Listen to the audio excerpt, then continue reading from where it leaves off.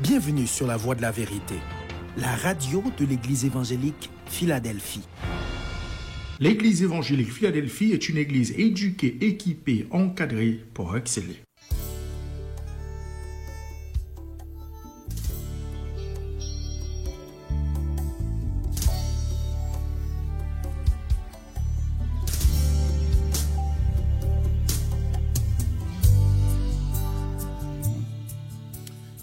Chers frères et sœurs et amis auditeurs, chers parents, c'est avec grand plaisir que nous entrons chez vous pour vous apporter notre émission, votre émission de prédilection à l'aube de la nouvelle année, jeûne de 3 jours.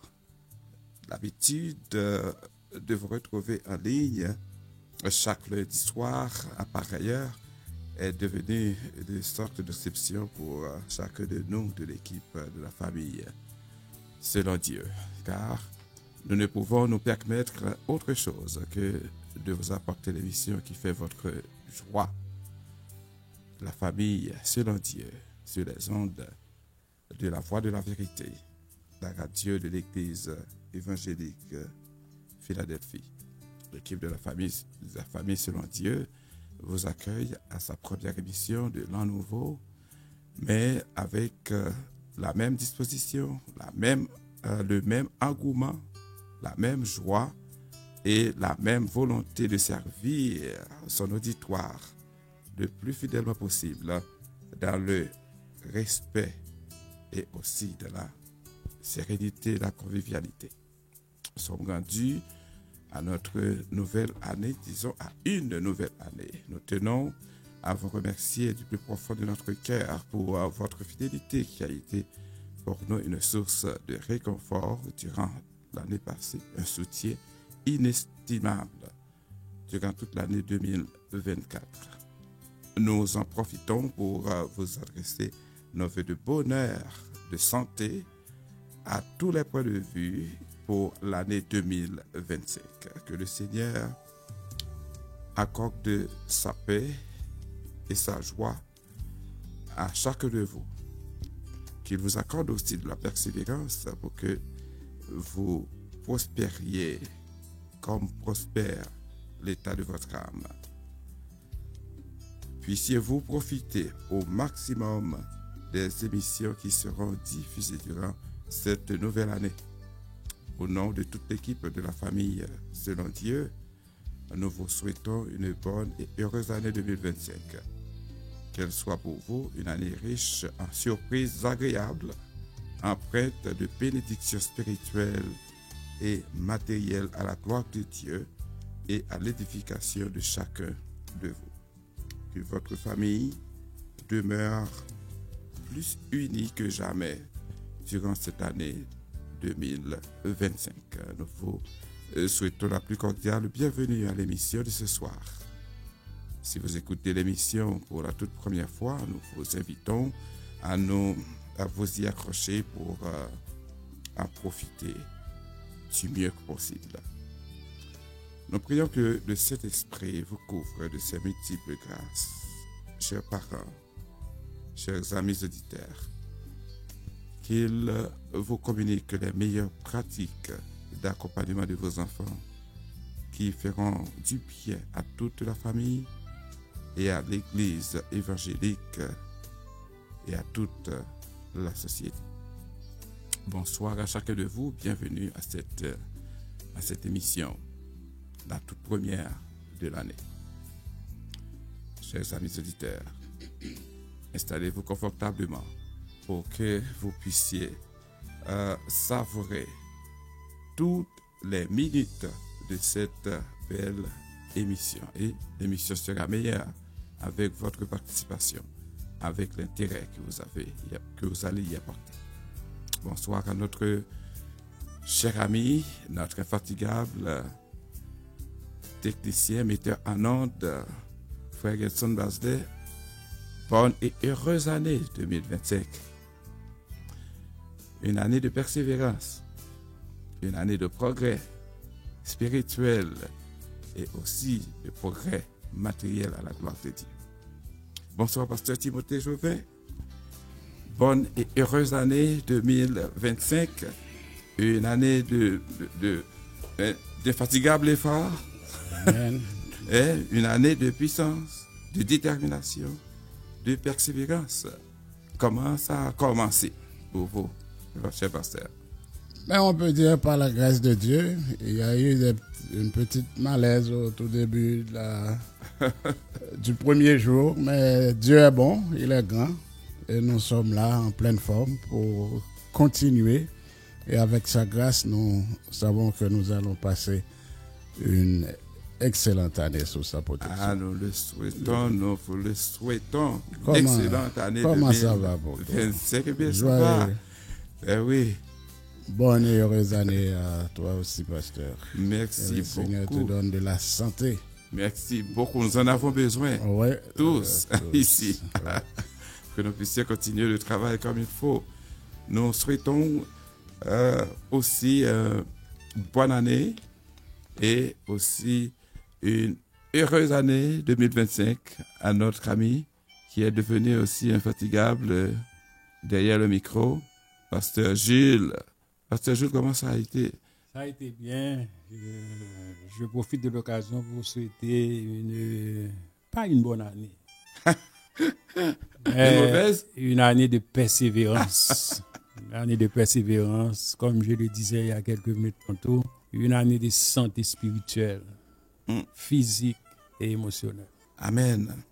Santé, tu ne veux pas mettre l'accent sur la santé financière. Économie, non. Les autres choses, nous serons donnés par-dessus. Par-dessus, oui. La santé Par-tu avant crois. Eh bien, la santé avant tout, mais Ouais, c'est la santé santé. spirituelle, santé physique, Ouais. santé mentale, Ouais. santé émotionnelle, santé financière. Nous Lorsqu'on avons a besoin trois, de tout ça. on va avoir l'autre facilement. On va avoir- Mais il y en a tellement d'autres. Ah! Eh bien, pasteur, heureuse année 2025. À vous aussi. Et que le Seigneur nous accompagne tous, qu'il nous tienne toujours attachés à lui et dans l'unité, dans la paix et aussi de l'amour. Que cette équipe de la famille selon Dieu continue de s'accrocher à son Seigneur pour que tout ce que nous entreprenons puisse être pour la gloire de notre Dieu et pour l'édification de notre auditoire. Nous, oui, en effet, aujourd'hui, ce sur quoi nous voulons attirer l'attention de notre auditoire, c'est que nous aimerions nous engager sur la voie de nouveaux sujets et nous allons toujours demeurer de la même thématique, mais nous voulons changer de sujet. Et ce que nous allons considérer à partir d'aujourd'hui, et je crois qu'on va en avoir pour longtemps, c'est ce que nous appelons les ennemis de la famille chrétienne. Les ennemis de la famille chrétienne. Peut-être que nos amis auditeurs commencent déjà par réfléchir sur ce qui peut être, ce qui peut constituer ces ennemis-là, les ennemis de la famille chrétienne. Donc, c'est une bonne chose que de commencer effectivement à chercher. Et nous autres, avec le soutien de notre collaborateur, notre ami, le pasteur Washman Jules, nous allons essayer d'explorer ce sujet et voir dans quelle mesure permettre à nos auditeurs de pouvoir en bénéficier grandement. Je rappelle que le sujet, c'est les ennemis de la famille chrétienne. Alors, qui peut se poser en ennemi de la famille chrétienne? Qu'est-ce qu'on peut appeler ennemi de la famille chrétienne? Et puis c'est en fait un ensemble de questions comme ça que nous allons essayer d'aborder. Et nous espérons que le Seigneur va nous permettre de trouver des réponses favorables à toutes ces questions. Bienvenue encore une fois, chers amis auditeurs, à l'émission. Nous vous invitons, comme à notre habitude, de prier avant que nous commencions. Nous allons céder le micro à Pasteur Timothée Jovet qui va nous conduire au trône de la grâce pour permettre à notre Dieu de prendre la toute première place à l'émission de ce soir. Inclinons-nous pour la prière. Père Céleste, en Jésus-Christ, nous te disons merci de ce que nous pouvons nous approcher devant ta majesté bénie avec les cœurs ouverts, sachant que tu nous écoutes et que tu réponds toujours à nos prières. Nous voulons te dire merci pour l'année écoulée. Merci de ce que tu as été avec nous, malgré les difficultés, malgré les vicissitudes. Tu es un Dieu fidèle. Tu as gardé tes promesses et tu garderas toujours tes promesses. Nous ne savons pas ce qui nous attend au cours de cette nouvelle année, mais nous savons que tu ne changes pas. Tu es le même hier, aujourd'hui et éternellement. Tu es le même Dieu qui a été avec nous depuis notre naissance et tu seras le même Dieu au cours de cette année. Tu sauras prendre soin de tes enfants, Seigneur, et tu nous aideras à traverser aussi les moments difficiles. Et nous savons que tu feras concourir toutes choses à notre bien. Nous te demandons de prendre place parmi nous, Seigneur, au cours de cette heure et que tout ce qui sera fait soit dicté, guidé par ton Esprit Saint et que ce sera un temps de bénédiction pour nos frères et sœurs, les auditeurs qui nous écoutent et que ce moment, Seigneur, soit pour chacun d'eux un temps aussi de rafraîchissement et qu'ils puissent trouver quelque chose pour les aider à s'épanouir dans leur famille. C'est le cri de notre cœur. Nous te prions non en vertu de nos mérites, mais c'est au nom et par les mérites de notre Seigneur Jésus-Christ que nous t'adressons cette prière. Amen. Vous écoutez la radio La Voix de la Vérité à l'heure de l'émission La Famille selon Dieu. Observons une courte pause. Au retour, nous vous proposons d'écouter la rubrique Réflexion du jour avec Pasteur Timothée Joffin. À tout de suite.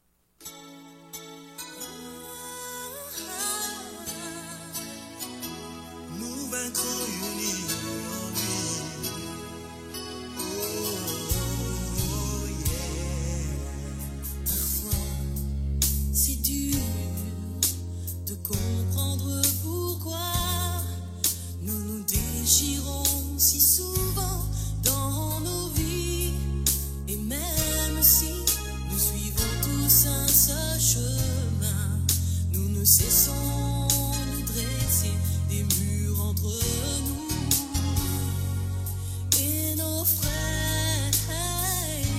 Oh, mais moi, même pas. Amis auditeurs et bien-aimés dans le Seigneur, j'aimerais réfléchir avec vous ce soir sur ce passage des Saintes Écritures qui parle d'un personnage qu'on n'en parle pas trop, mais d'un père. Et le père que Dieu a choisi pour son fils.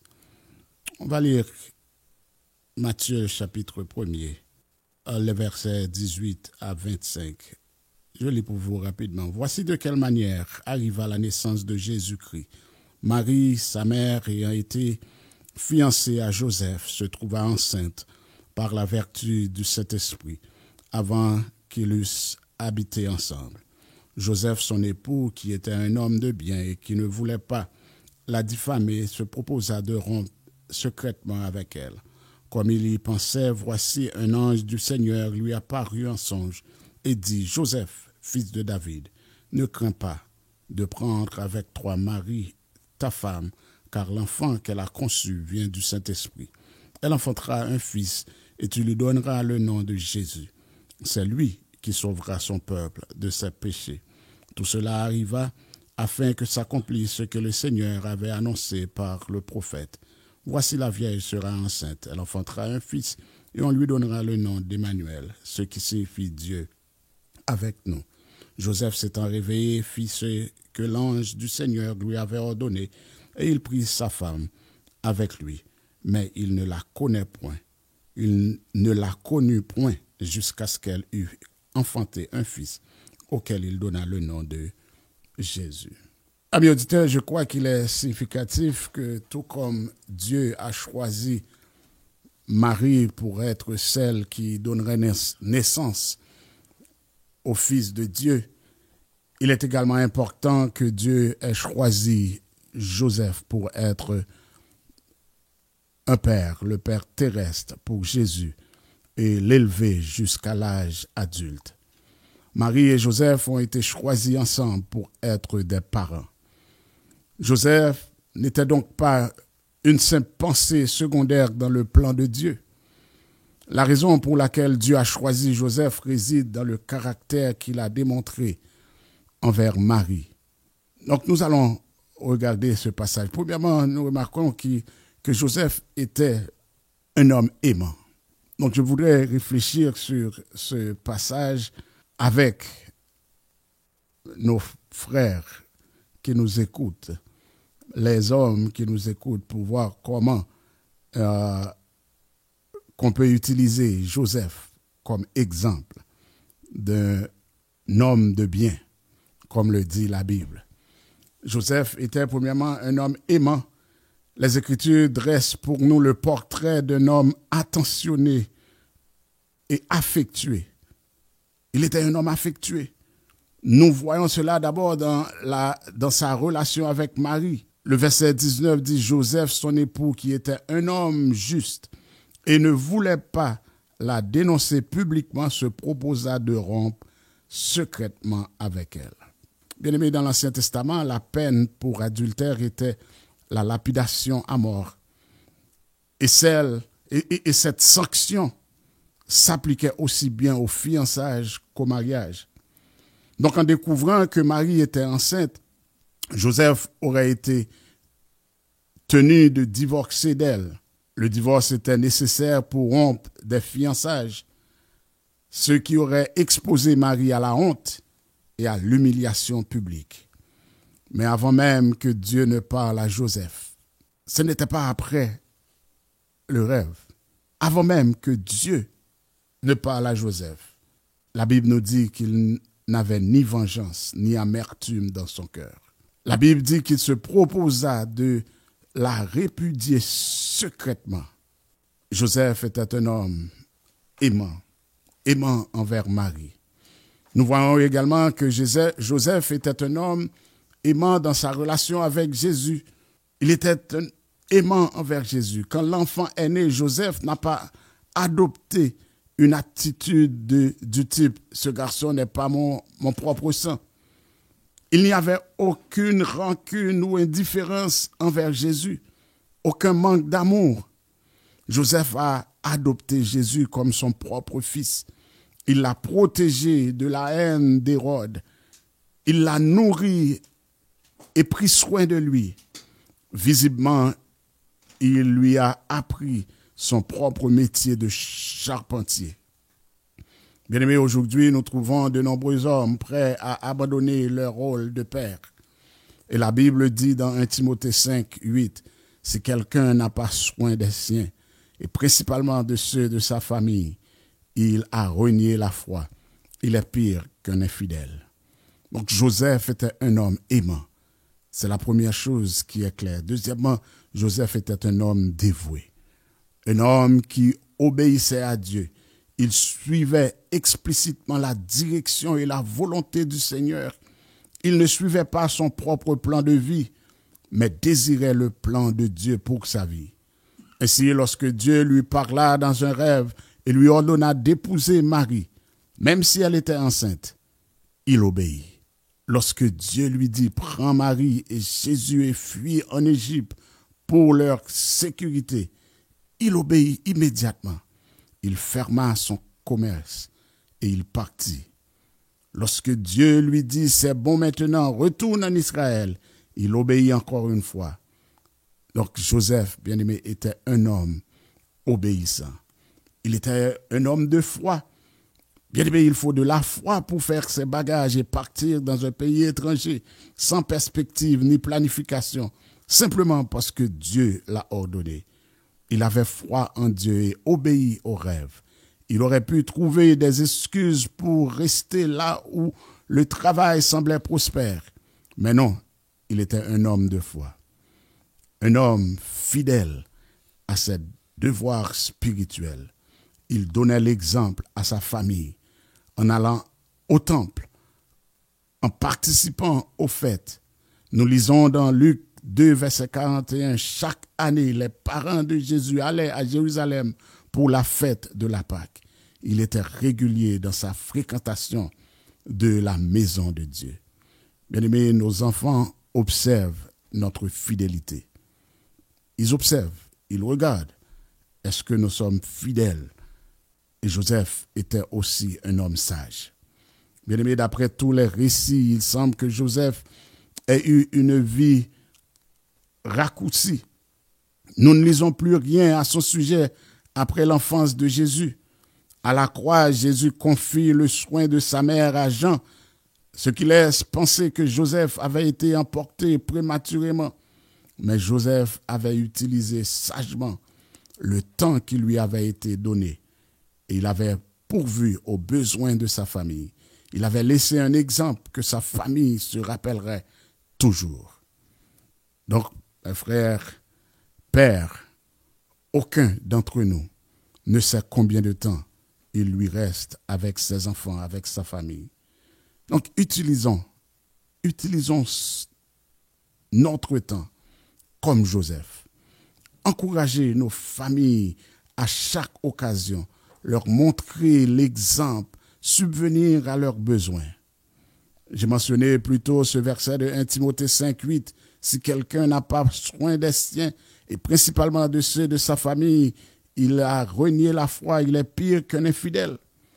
Nos familles ont besoin de nous, de l'affection, un exemple, un conseil pieux. Ils ont besoin de nos rires et de la chaleur, une attention aimante. Nous devons pourvoir aux besoins d'un autre.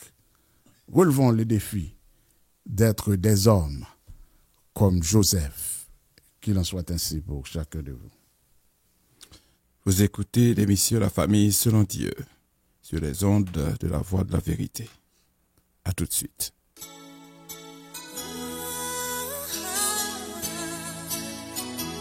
Nous vaincrons unis en lui. Oh, yeah. Parfois, c'est dur de comprendre pourquoi nous nous déchirons si souvent dans nos vies. Et même si nous suivons tous un seul chemin, nous ne cessons de dresser des murs entre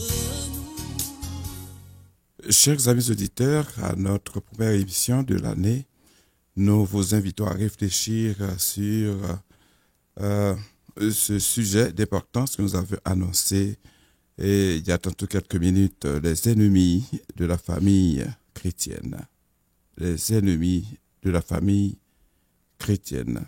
Comme nous disions tantôt, c'est un sujet d'importance, un sujet qui, sans vouloir faire couler beaucoup d'encre et beaucoup d'eau même sur le pont, mais nous allons nous y prendre pour que nous puissions tous bénéficier et grandement des retombées de ce sujet que nous allons débattre ensemble. Il y a beaucoup d'aspects concernant ce sujet que nous aimerions amener sur la table et on ne va pas pouvoir le faire aujourd'hui. Ça veut dire on ne va pas voir tous les aspects aujourd'hui. Comme d'habitude, nous allons être assez prudents et modérés et dans notre approche et voir au fur et à mesure les différents aspects de ce sujet, les ennemis de la famille chrétienne.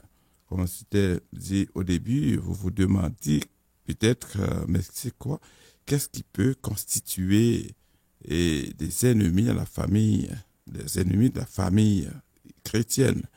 Bon, si vous regardez autour de vous, si vous regardez vous fouillez dans vos expériences, vous allez voir, mais oui, il y a beaucoup de choses qui peuvent se dresser en ennemi de la famille chrétienne, ceci à plusieurs points de vue.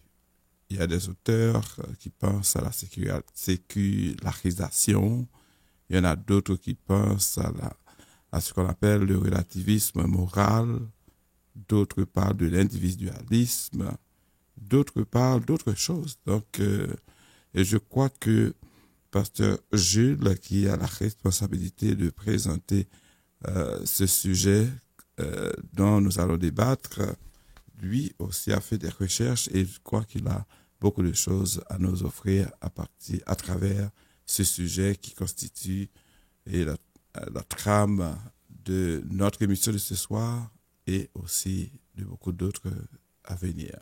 Pasteur Gilles, nous n'allons pas entrer sur votre terrain avant le temps, donc je vous laisse le micro et parler au peuple de Dieu à travers cette émission. Et prudence et modération sont les mots-clés de ce soir. En fait, on a eu une année assez mouvementée, l'année 2024, et au cours de laquelle il y a eu des hauts et des bas. Et beaucoup se disent que va nous réserver l'année 2025. Ça, c'est un sujet assez intéressant. Et je profite de l'occasion pour saluer nos chers auditeurs, nos amis, nos parents. Bonne année à toi, Pasteur Maslin. Merci beaucoup. Bonne année à toi, Pasteur Timothée. Bonne année, Pasteur Jules. Bonne année, notre infatigable frère Basley. Santé physique, santé spirituelle, santé émotionnelle. En fait, même thématique, Pasteur Mastin, mais un autre sujet. Absolument. Et je voudrais introduire le sujet de ce soir par la déclaration du psalmiste David dans le psaume 143, le verset 12. Le psalmiste disait: dans ta bonté, anéantis mes ennemis et fais périr tous les oppresseurs de mon âme, car je suis ton serviteur. Là, on peut, d'entrée de jeu, établir une toute petite différence entre ennemi et adversaire. Pasteur Maslin, l'ennemi veut notre perte à tous les coups. Un adversaire, c'est un compétiteur. C'est comme en politique. En politique, et dans les pays civilisés où l'on fait la politique, qui est un art, la politique, c'est la gestion de la cité. On parle d'adversaires politiques. Mais dans certains pays, on parle d'ennemis politiques. Votre rival, votre compétiteur, on veut l'abattre. C'est pas ça du tout. L'adversaire n'est pas l'ennemi. L'ennemi n'est pas l'adversaire. Il y a une différence diamétralement opposée entre ces deux concepts. Maintenant, ces sujets m'interpellent, ces sujets nous interpellent, les ennemis de la famille haïtienne. Mais je préfère dire aussi, utiliser un autre concept. Je dirais les irritants de la famille chrétienne. En fait, la liste est longue. La liste de ces irritants-là, elle est longue. La liste n'est pas exhaustive. Ce soir, on va essayer d'aborder 4 de ces irritants-là. 1, le manque de communication, qui est un irritant. 2, les conflits non résolus, qui est un autre irritant. 3, la négligence des enfants, 3e irritant. Et 4e irritant, c'est la jalousie dans la famille. On va essayer d'aborder à tour de rôle chacun de ces irritants. Premier irritant, manque de communication. Ça a été toujours un problème au niveau de la famille, que ce soit la famille monoparentale, la famille reconstituée. Et le problème de communication a toujours pesé lourd. Lorsqu'on n'a pas la communication au sein de la famille, c'est de la bagaille.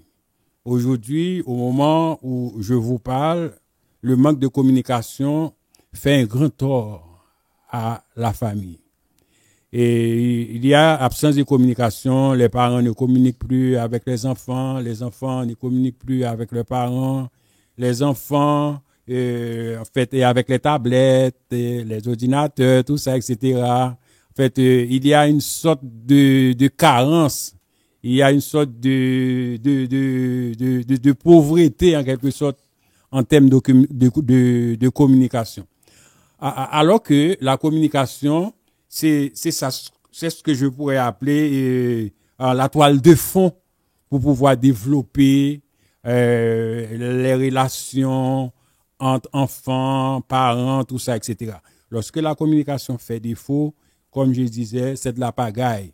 C'est de la pagaille parce que les parents ne savent pas ce que pensent les enfants et les enfants aussi. Et lorsqu'on a la communication au sein de la famille, c'est toujours important, intéressant, la famille va mieux. Il va y avoir ce qu'on appelle un bien-être généralisé au niveau de la famille parce qu'il y a communication. Le manque de communication, mes amis, chers auditeurs, vous qui m'écoutez ce soir, le manque de communication fait ce qu'on appelle, il y a une certaine sécheresse, non seulement au niveau spirituel, mais au niveau communicationnel, à tous les niveaux. Lorsqu'il n'y a pas de communication, on peut assister au divorce, à la séparation, tout ça, etc. Chez nous, en Haïti, lorsque les parents divorcent, on ne voulait pas donner les motifs, la cause réelle du divorce.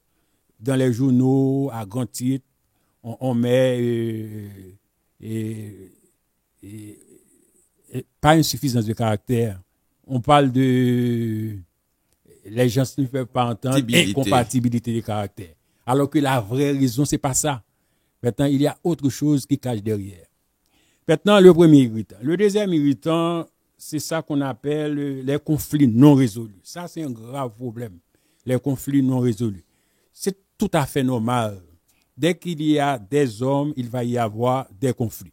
Je me rappelle avoir lu un ouvrage de management en question de Peter Drucker qui disait que là où il y a des hommes, il y aura toujours des conflits.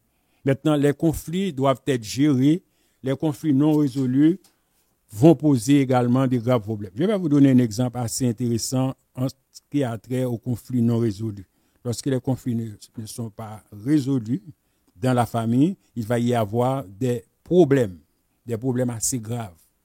Je vais vous donner un exemple biblique en ce qui a trait aux conflits non résolus. Je prends l'exemple de David, le roi David. Le roi David a beaucoup de filles, beaucoup de fils. Je prends l'exemple de Amnon, qui a déshonoré en quelque sorte sa sœur Tamar. Et la sœur a été déshonorée parce qu'en Israël, on ne voulait pas ça. Maintenant, qu'est-ce qui adviendrait par la suite? Et Absalom a éprouvé une certaine haine contre Amnon et un certain mépris contre son père David.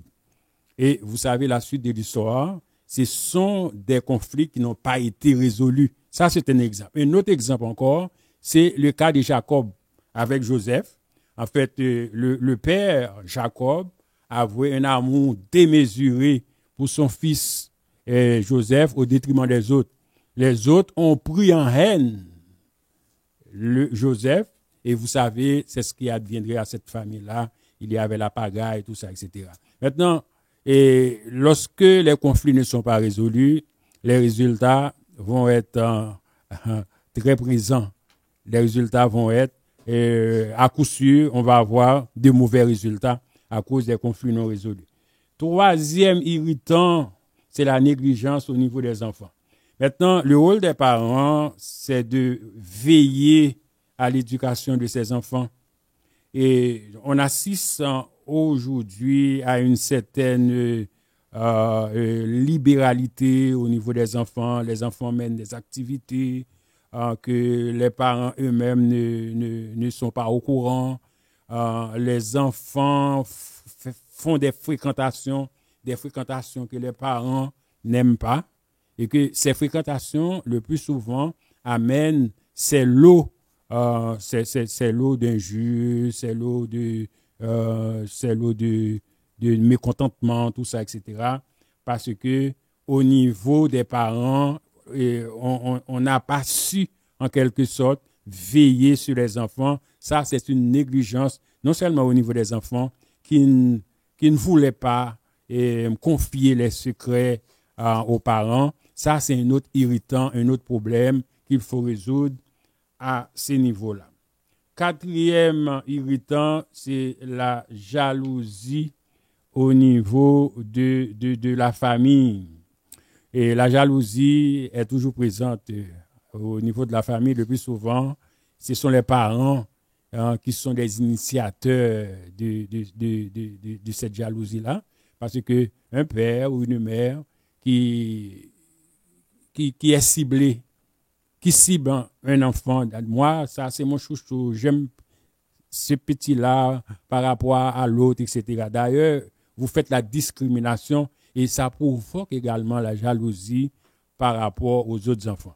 En fait, je dis toujours aux parents, il ne faut pas exprimer clairement votre préférence par rapport à un enfant et par rapport à d'autres enfants. Ça, c'est un problème, c'est grave, c'est une mauvaise approche. On doit aimer tous les enfants sans distinction aucune.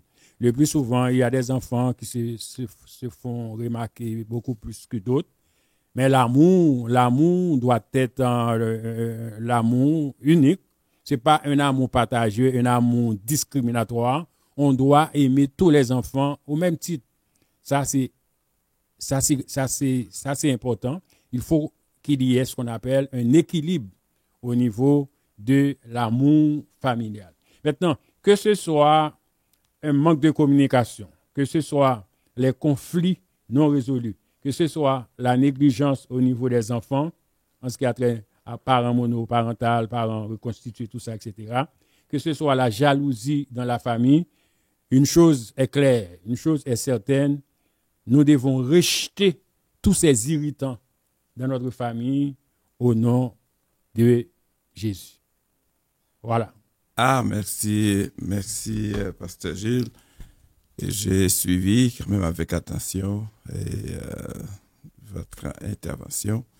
Et je trouve qu'il y a vraiment beaucoup à dire et disons beaucoup à redire en ce qui a trait à ces 4 éléments que vous appelez les ennemis de la famille chrétienne.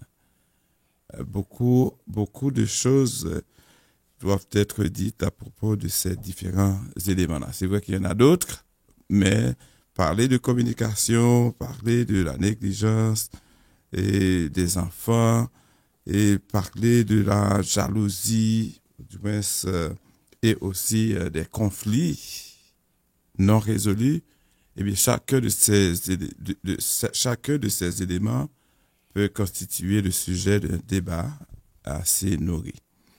Je ne sais pas si Pasteur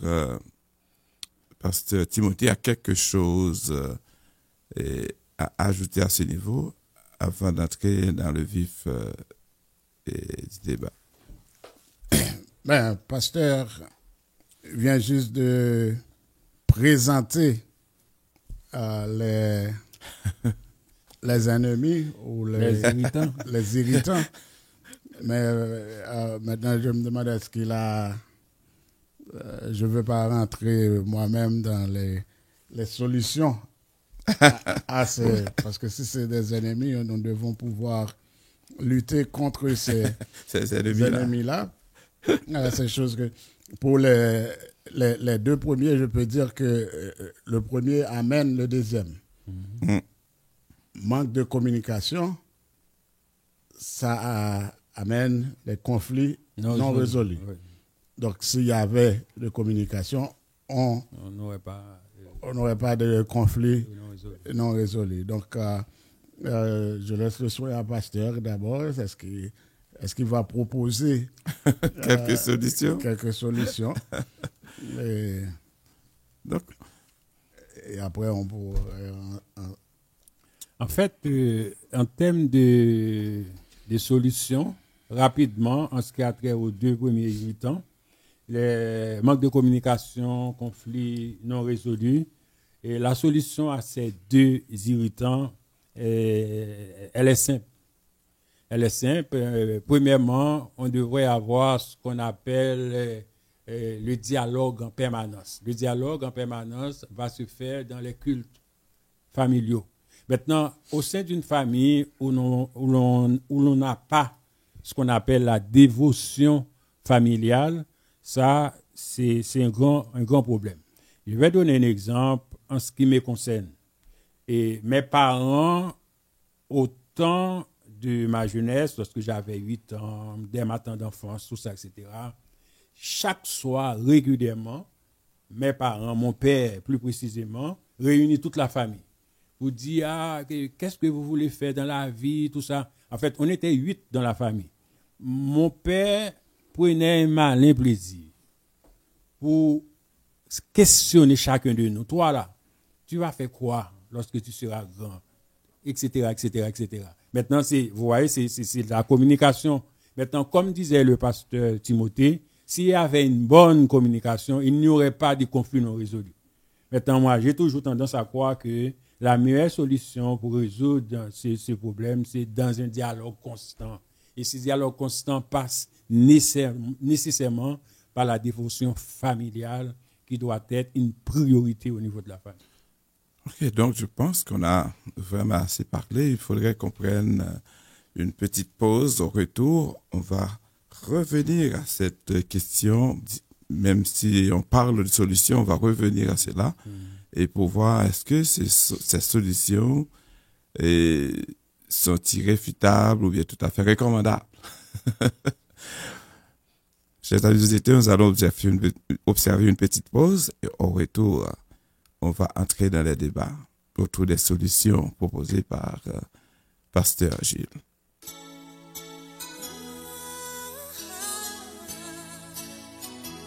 Nous vaincrons unis en lui.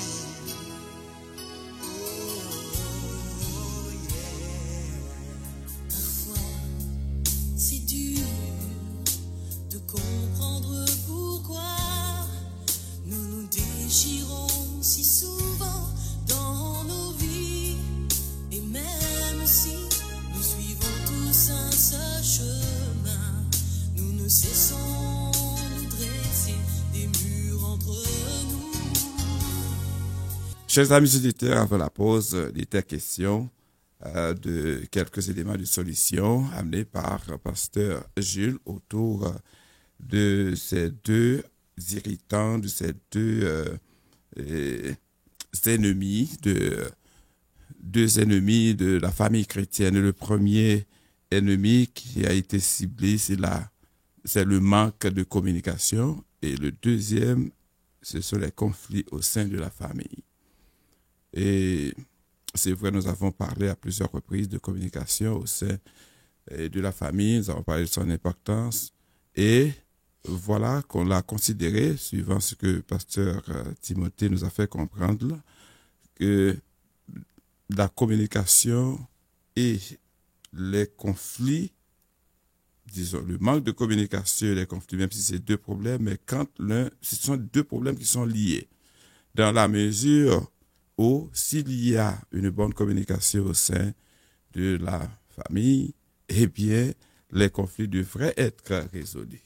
Alors, la question que nous posions, c'est celle de savoir est-ce que tous les conflits sont négatifs au sein de la famille. Et puis, c'est quoi un conflit en réalité?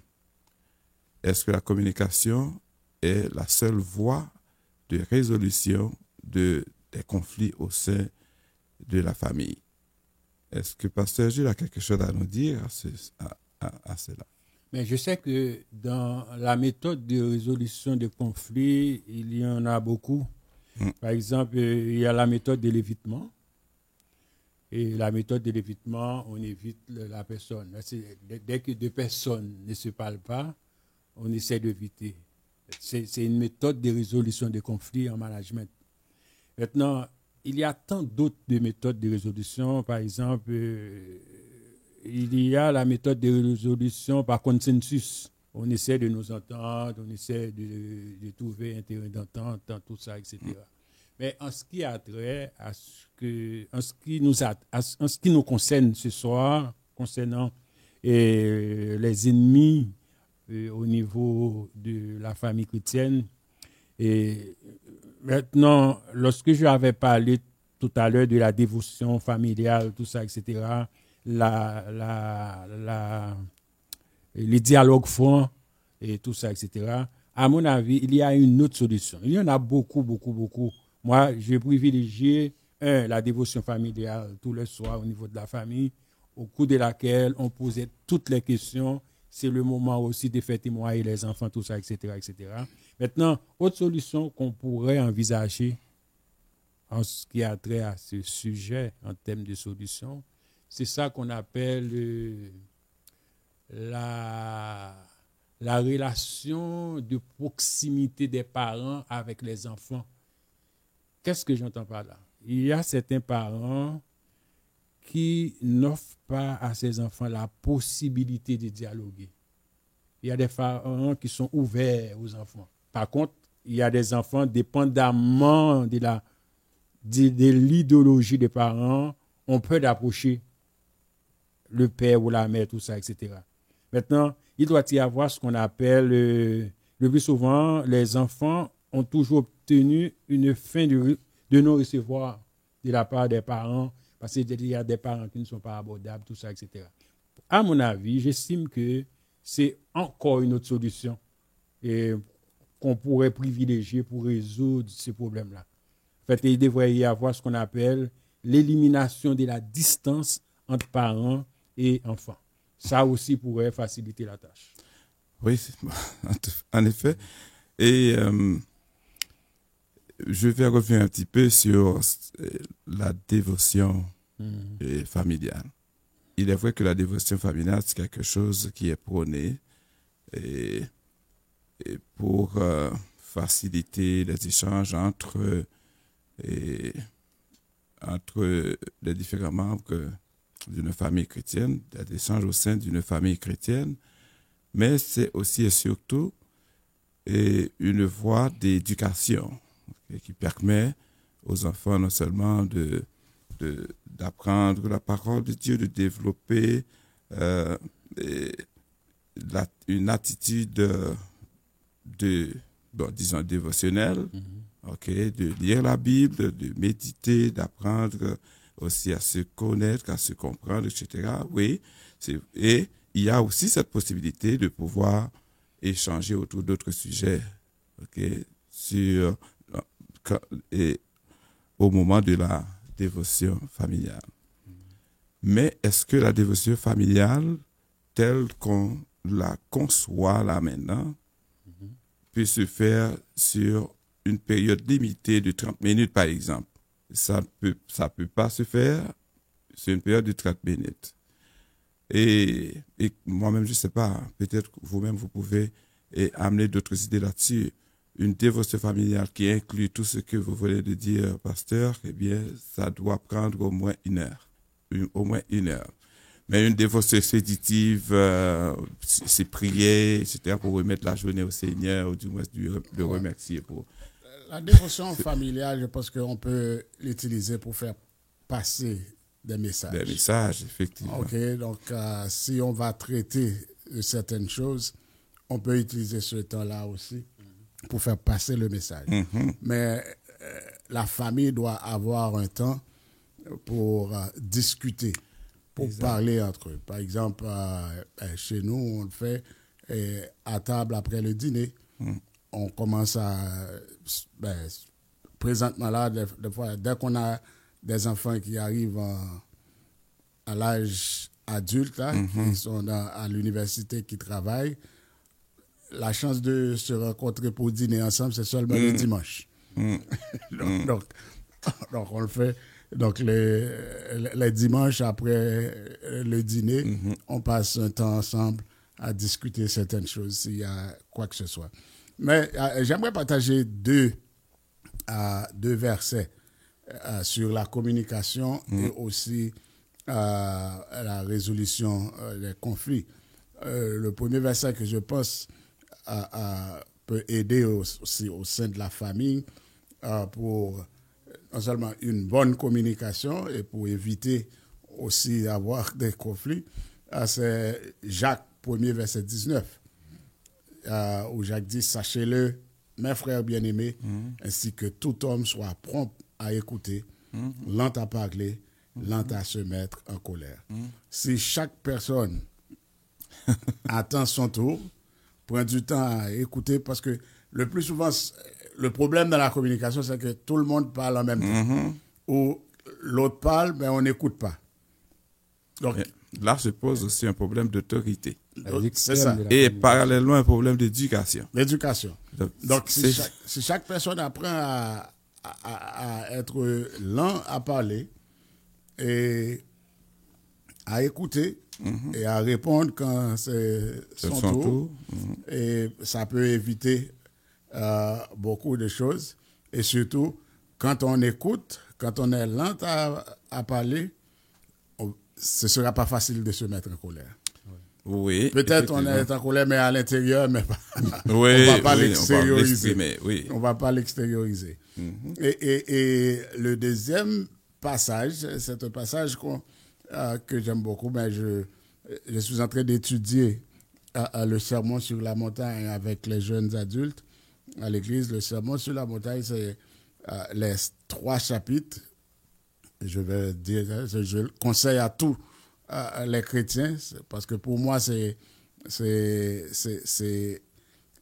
le sermon sur la montagne, on devrait le lire et relire encore et encore. Le méditer. Méditer. Chapitre 5, 6, 7 de Matthieu. Et au chapitre 5, le verset 23 et 24, nous lisons, si donc tu présentes ton offrande à l'autel, et que là tu te souviennes que ton frère a quelque chose contre toi, laisse là ton offrande devant l'autel et va d'abord te réconcilier avec ton frère, puis viens présenter ton offrande. Ça, c'est... On parle de ton frère pour l'église, mais ça peut s'appliquer à la famille. Et c'est pour cela que c'est quand on va, par exemple, pour un couple, si on doit prier ensemble la nuit, donc on va chanter, on va prier, on va offrir son offrande à l'Éternel. Donc, comment est-ce qu'on va faire ça ensemble, tandis qu'il y a conflit entre nous? Donc, Jésus a dit de laisser là ton offrande, va te réconcilier d'abord, on va en parler, et puis on résout le problème, et puis on va prier ensemble. Oui, c'est intéressant, 2 éléments importants. Et cependant, c'est sur quoi je voudrais mettre un petit peu l'accent, et c'est le processus. Parce que la communication peut être un processus inscrit dans ce qu'on pourrait appeler l'éducation familiale. Okay. Si, par exemple, cette éducation-là n'avait pas été initiée dès le berceau, eh bien, le problème de communication va s'installer. Et comme je pourrais dire, tranquillement, dans la famille, et à un certain moment de la durée, quand on s'en apercevra, eh bien, ce sera trop tard. C'est dès le berceau qu'il faut commencer par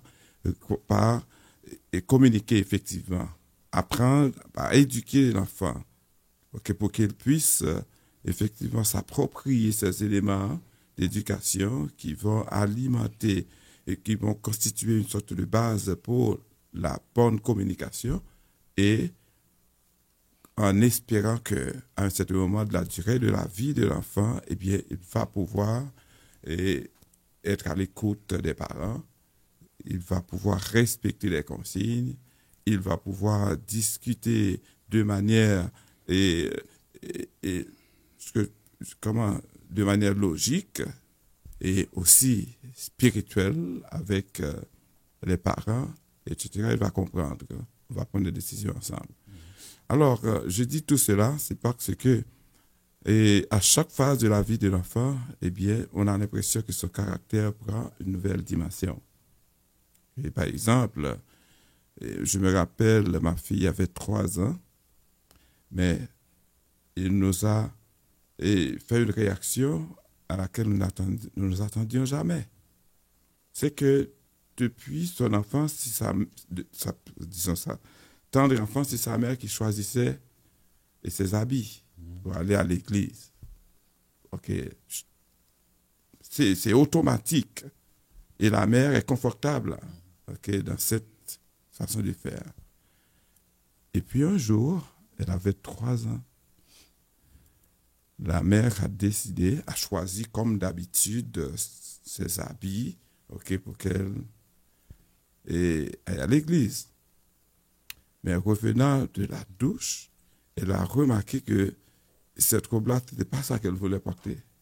Elle dit à sa maman, non, je ne veux pas de cette robe. Et la maman et sa mère étaient étonnées. Comment tu ne veux pas de cette robe? Non, je ne veux pas porter cette robe. 3 ans, j'ai dit. Et la maman dit, c'est ce que je te donne. C'est-à-dire, je n'ai pas préparé d'autres. Elle a dit, non, je ne veux pas porter cette robe. C'est cette robe-là. Mais non, je ne l'ai pas préparée. C'est cette robe-là que je veux porter. Et ça devait un conflit terrible parce que elle, nue, debout, dans son lit, debout, j'ai dit. Et puis elle fait des gestes. C'est pour la première fois qu'on l'avait vu dans cet état. Elle dit non. Elle a commencé doucement, mais maintenant elle insiste. Personne ne peut l'approcher pour faire changer d'avis. Ne changer d'avis, non. Mais réfléchissant à cela, j'ai dit à sa maman, mais en fait, quel intérêt avons-nous à discuter avec elle?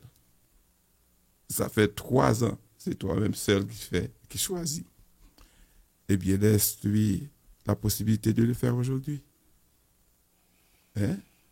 Laisse-lui la possibilité de le faire. On ne va pas la fouetter pour ça. Et la mère était vraiment, disons, c'est rendu à l'évidence que c'est ce qu'il fallait faire. Eh bien, on l'a laissé choisir sa robe. Et puis, le problème était résolu. Elle a choisi sa robe, même si ce n'était pas ce que sa mère voulait, mais au moins, et comment est-ce que je peux dire, pour résoudre le problème, eh bien, on lui a laissé le soin de choisir la robe qu'elle voulait porter ce jour-là. Eh bien, elle était joyeuse pendant toute la journée. Et puis, elle est rentrée, tout était bien, etc., etc. Imaginez seulement qu'on continue à lui offrir cette résistance-là. C'est pas parce qu'on a peur de l'enfant, mais c'est parce que, en fait, on est en train de former une personne qui a aussi sa personnalité et son propre caractère. Mais après, on peut toujours revenir là-dessus pour lui parler, pour lui dire, OK, c'est pas ainsi qu'il faut agir, etc., pour lui montrer comment faire et comment mieux faire. Okay? Mais de toute façon, les conflits vont arriver et la communication. C'est vrai, la communication est là-dedans aussi parce que la mère, résister à cela, c'est déjà un gros choc à la communication. OK, continuer cette résistance, ça allait envenimer la situation. Mais une fois qu'elle a accepté, on s'est rendu au consensus, eh bien, le problème est résolu. Et jamais plus, elle n'a refait elle n'a eu cette même expérience, cette même réaction, concernant les habits, à porter, etc. Donc, il y a des moments comme ça, et si on ne sait pas comment bien s'y prendre, eh bien, c'est sûr qu'on va envenimer la situation. Donc, notre technicien nous fait signe que l'heure est arrivée. On va revenir là-dessus, parce que le problème des conflits est important. Ouais, parce que les conflits peuvent prendre toutes sortes de directions, toutes sortes d'orientations. Donc, c'est à nous autres, en tant que parents, surtout des parents chrétiens, de savoir comment les aborder pour les résoudre ou bien comment les éviter. C'est important, Pasteur Mastin. Il va y avoir toujours des conflits. L'essentiel, c'est de savoir comment les gérer. Bien sûr. Mais bien sûr. Donc, nous espérons que nous sommes arrivés à la fin de l'émission d'aujourd'hui. Nous espérons que le sujet débattu a fait plu à nos auditeurs. Et comme ça, nous leur donnons rendez-vous lundi prochain sur la même station, la même radio, La Voix de la Vérité, pour une émission du même genre avec l'équipe de la famille Selon Dieu. Pour toutes vos questions, chers amis auditeurs, vos remarques, vos suggestions, vos commentaires, écrivez-nous à l'adresse électronique suivante: radep@philadelphie.org, radep RADEEP @philadelphie.org. Cela nous aidera à améliorer l'émission pour vous servir à un niveau optimum. Nous vous souhaitons une bonne semaine sous le regard protecteur de notre merveilleux Sauveur Jésus-Christ. Nous en profitons aussi pour vous souhaiter, pour vous renouveler nos vœux de bonheur pour cette année 2025. Terminons par la prière avec Pasteur Timothée Jouvin. Père Céleste en Jésus-Christ, merci pour ta présence qui a été avec nous. Nous te remettons cette nuit, nous te demandons de nous garder, protéger et de nous donner une nuit paisible sous ta protection divine, et que nous puissions nous réveiller demain en pleine forme pour continuer l'œuvre à laquelle tu nous as appelés. C'est au nom de Jésus que nous t'en prions. Amen. Vous écoutez la voix de la vérité. Restez branchés.